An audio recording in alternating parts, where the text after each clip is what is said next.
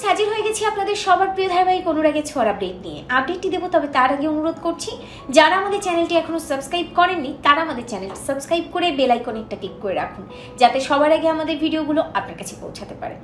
পৃথা ম্যামের চক্রান্তের ফাঁদে পড়ে সঠিক সময়ে কম্পিটিশনে পৌঁছাতে পারে না দীপা, কারণ পৃথা ম্যাম ওই গুন্ডা ছেলেটিকে দিয়ে কাচের টুকরো রাস্তায় ফেলে রাখে আর চাকা পাংচার হয়ে যায় তবলার বর্দার গাড়ির, যার কারণে কিছুতেই দীপা সঠিক সময়ে ওখানে পৌঁছাতে পারে না। ইতিমধ্যেই কম্পিটিশন শুরু হয়ে গেছে, দীপাকে আর অ্যালাউ করে না ভেতরে ঢুকতে। তবে দীপা নিজের প্রজেক্টটা ওখানে রেখেই চলে আসে এবং মনে মনে ভাবে দীপা যে কাকিয়ার অভিশাপ তাহলে ঠিক হয়ে গেল। কাকিয়া খুব খুশি হবে এটা জানতে পেরে। দীপা আসলে পারলো না এই কম্পিটিশনে জিততে। প্রজেক্টটা ওখানে রেখেই চলে আসে দীপা। তবে ওই প্রজেক্টটা ওখানে রাখা অবস্থায় অথরিটিতে যারা থাকে আর কি, বা জাজে যারা থাকে, তারা ওই প্রজেক্টটা দেখতে পায়। যেমনটা তারা চাইছে তেমনটা আসলে যারা অংশগ্রহণ করেছে তাদের কারো হাতে প্রজেক্টের মধ্যে ছিল না। কিন্তু এই যে দীপা প্রজেক্টটা রেখে এসেছে ওটা দেখে চমকে যায় অথরিটি সবাই। জাজে যারা থাকেন তারা চমকে গিয়ে যে মেয়েটি ওখানে বসে থাকে আর কি, নামটাম নেই, সেই মেয়েটির কাছে জানতে চাই এটা কার কাজ আর কে এখানে এটা রেখে গেছে। তো মেয়েটি বলে যে একজন এসেছিল এবং সঠিক সময়ে সে আসতে পারেনি বলে তার নামটা আমরা নিতে পারিনি এবং অ্যালাউ করিনি, সে তার হাতের প্রজেক্টটা এখানে রেখে চলে গেছে। এই প্রজেক্টে যে বানিয়েছে সেই হবে উইনার, এমনটাই ঘোষণা করে জাজে যারা থাকেন তারা আর কি। তবে এটা তো হয় না, মেয়েটি তো পার্টিসিপেটই করেনি, তাহলে উইনার হবে কিভাবে? তো নাম নেই যে মেয়েটি, সেই মেয়েটি যখন এই কথাটা বলে তখন জাজের ওরা দীপান্বিতা মজুমদার নামটা দেখে তার সাথে যোগাযোগ করতে বলে, অর্থাৎ উইনার এখানে দীপাই হবে আর ওই চাকরিটা আর কি, বা ওই পুরস্কারটা আর কি দীপাই পাবে, এটা বোঝাই যাচ্ছে। কারণ দীপার প্রজেক্টটা এখানে সিলেক্ট হয়ে গেছে। দীপা কিন্তু এ বিষয়ে কিছুই জানে না। অন্যদিকে দেখা গেছে যে সেনগুপ্ত বাড়ি থেকে ওই পালক জয় কাকে এদেরকে বলেছে যে মা তাকে বুঝিয়েছে বা বলেছে, লাবণ্য সেনগুপ্ত পালককে বলেছে যে করেই হোক না কেন সেনগুপ্ত পরিবারকে রক্ষা করতে গেলে সোনা আর রূপাকে নিজেদের কাছে রাখতে গেলে দীপাকে সোনা রূপাকে ফিরিয়ে নিয়ে আসতে হবে। সোনা আর রূপার বংশ পরিচয় কিছুতেই পরিবর্তন হবে না, সেনগুপ্ত থেকে চক্রবর্তী হবে না। আমাদের একটাই উদ্দেশ্য এখন, সোনা আর রূপাকে নিজেদের বাড়িতে রেখে নিজেদের পরিচয় রেখে বড় করা। পালক তার উদ্দেশ্যটা বুঝিয়ে দিয়েছে সকলকে। জয় এটা বুঝতে পেরেছে পালক আর যেটাই চাক না কেন সোনা রূপাকে নিজেদের পরিচয়ে রাখতে চাইছে।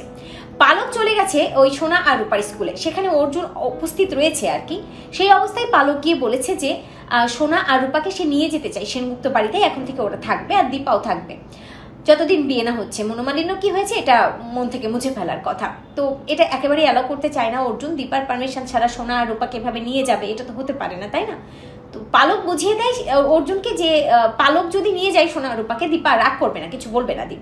তাই সোনা আর রূপাকে নিয়ে পালক চলে যায় সেনগুপ্ত বাড়িতে, কিন্তু অর্জুনও যায় সেখানে। দীপা যতক্ষণ না আসে ততক্ষণ ওয়েট করে অর্জুন। দীপা জানতে পারে যে সেনগুপ্ত বাড়িতে সোনা আর রূপাকে নিয়ে যাওয়া হয়েছে, তাই দীপা সোজা ওই অনুষ্ঠান থেকে কম্পিটিশন থেকে আর কি সেনগুপ্ত বাড়িতে চলে যায়। গিয়ে দীপা জানতে চায় সোনা রূপাকে কেন নিয়ে আসা হলো। তবে শুধু দীপা এটা জানতে চায় তেমনটা নয়, কাকিয়াকে বলে কাকিয়া তোমার অভিশাপ ঠিক হতে যাচ্ছে, তুমি যেমনটা বলেছিলে না যে আমি কম্পিটিশনে জিততে পারবো না, টাকা উপার্জন করতে পারবো না, তেমনটাই হচ্ছে।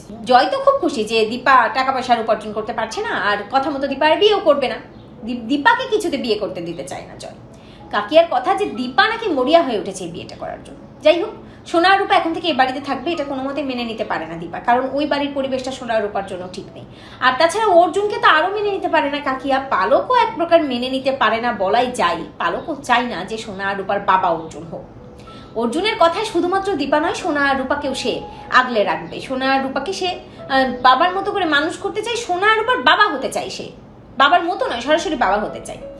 এটা সম্ভব না, সেনগুপ্ত পরিবারের সবাই বুঝিয়ে দেয়। দীপার কথা যে আমার সন্তানরা ভালো করে বাঁচতে চাইলে তোমাদের অসুবিধাটা কোথায়, তোমরা কেন এমন করছো।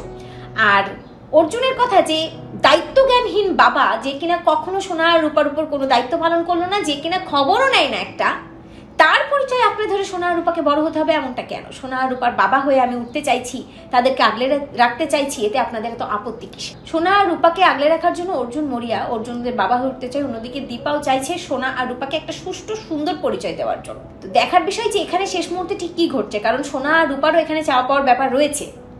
পালকের একটাই কথা যে সোনা আর রূপার অভিমান হয়েছে ওদের বাবার প্রতি, এরকমটা নয় যে বাবাকে মন থেকে মুছে ফেলে দিয়েছে যার কারণে আরেকজনকে বাবা বানিয়ে ফেলতে পারবে, এমনটা ভাবার কোনো কারণ নেই। বাবা যদি সামনে এসে দাঁড়ায়, সোনা আর রূপা কিন্তু বাবাকেই সাপোর্ট করবে, বাবার কাছে যাবে, অর্জুনের কাছে নয়, কারণ বাবা তো বাবাই হয়।